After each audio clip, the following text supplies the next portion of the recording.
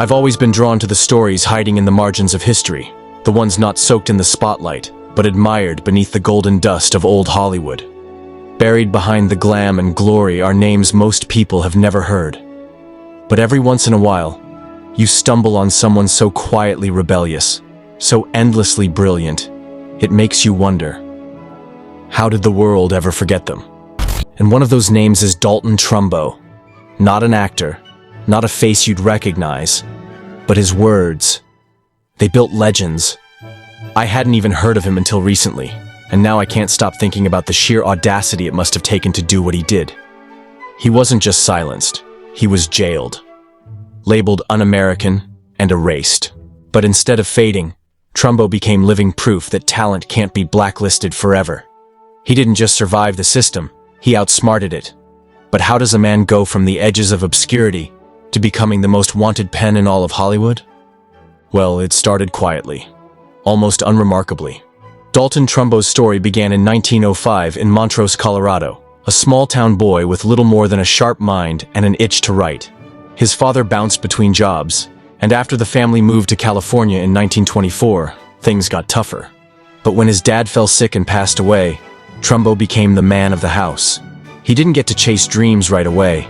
He worked the night shift at a bakery. 8 long years, just flour, silence, and rejection letters.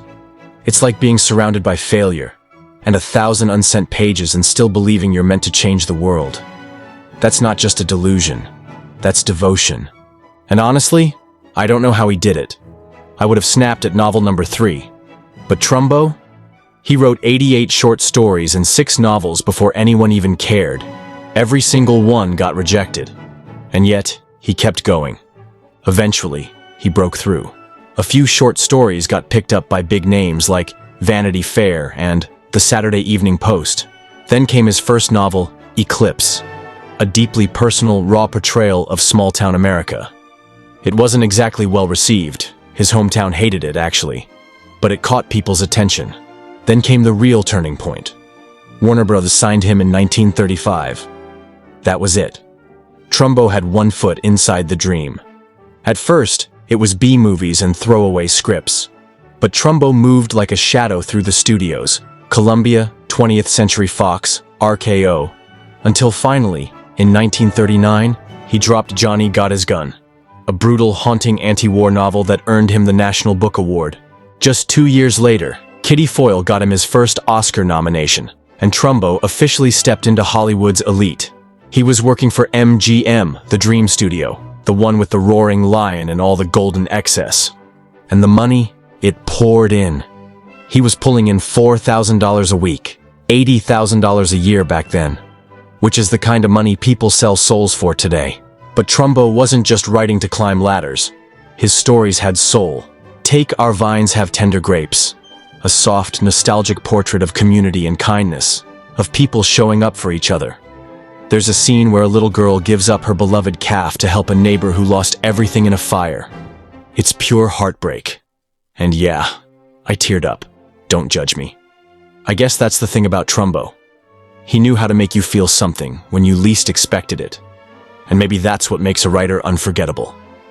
The themes in that film, shared responsibility, collective care, the quiet beauty of helping one another, would later be seen not as sentiment, but as subversion. The seeds of suspicion were already being planted. Because while Trumbo was writing stories that warmed hearts, America was growing cold. Paranoia was seeping in, and a storm was about to swallow him whole. But Hollywood doesn't just crown kings. It tests them, burns them. Sometimes, it buries them. And in 1947, Dalton walked straight into the fire. He was one of the Hollywood 10, a group of screenwriters and directors called before the House Committee on Un-American Activities, accused of spreading communist ideology through films. Trumbo didn't cower. He didn't comply. He refused to answer their questions. And for that, he was found guilty of contempt of Congress. The industry turned on him, fast. The studios issued a chilling joint statement.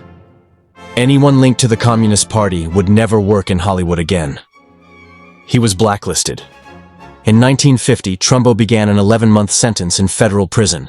When he got out, the bars were gone, But the cage remained. He couldn't write under his name, couldn't be seen. They tried to erase his very existence. Trumbo started ghostwriting under different names: Robert Rich, Ian McClellan Hunter, and others. He wrote Gun Crazy, The Prowler, He Ran All the Way, films that pulsed with his signature fire. And then came the crown jewels, Roman Holiday, 1953, and The Brave One, 1956. Both won Oscars. Neither bore his name. At the 1957 Academy Awards, Robert Rich was announced as the winner for The Brave One. No one came up to claim it. People whispered, people guessed. But Trumbo didn't confess. Not right away. Instead, he played it smart. He let the press and the industry go spiral, which also let the Academy stew in the awkward truth that the Blacklist had failed, that the films Americans loved were being written by men they'd tried to silence. In 1957, Trumbo's Oscar win under the name Robert Rich sent quiet shockwaves through the industry. But the real shift came when studios began to break ranks. Kirk Douglas, defiant and determined, openly credited Trumbo for the screenplay of Spartacus, 1960, signaling a bold refusal to play by the old rules. Around the same time, director Otto Preminger brought Trumbo on board to adapt Exodus and used his real name in the credits. It was the public acknowledgement Trumbo had waited over a decade to receive. And Hollywood's exile was finally over. From there, Trumbo didn't just return. He reigned. He continued to write under his own name throughout the 1960s and early 70s, even directing a screen adaptation of his own anti-war novel Johnny Got His Gun in 1971. But behind the scenes, another battle had begun. In 1973, he was diagnosed with lung cancer. He died just 3 years later, in 1976, having finally reclaimed his place in the industry he had once been cast out from. Years after his death, the Academy officially corrected the record. In 1993, Dalton Trumbo was awarded the Oscar for Roman Holiday, a script he had written in exile and couldn't claim during his lifetime. For Hollywood, it was a quiet apology. For history, it was justice. Delayed, but not denied. But Trumbo's story didn't end there. In 2015, the world was reintroduced to him through the biopic Trumbo, starring Bryan Cranston. The film brought his complexity to life. The pride, the pain, the wit, and the fire that never quite went out. Cranston's performance earned him an Oscar nomination, and once again, Trumbo's name echoed through the Academy halls.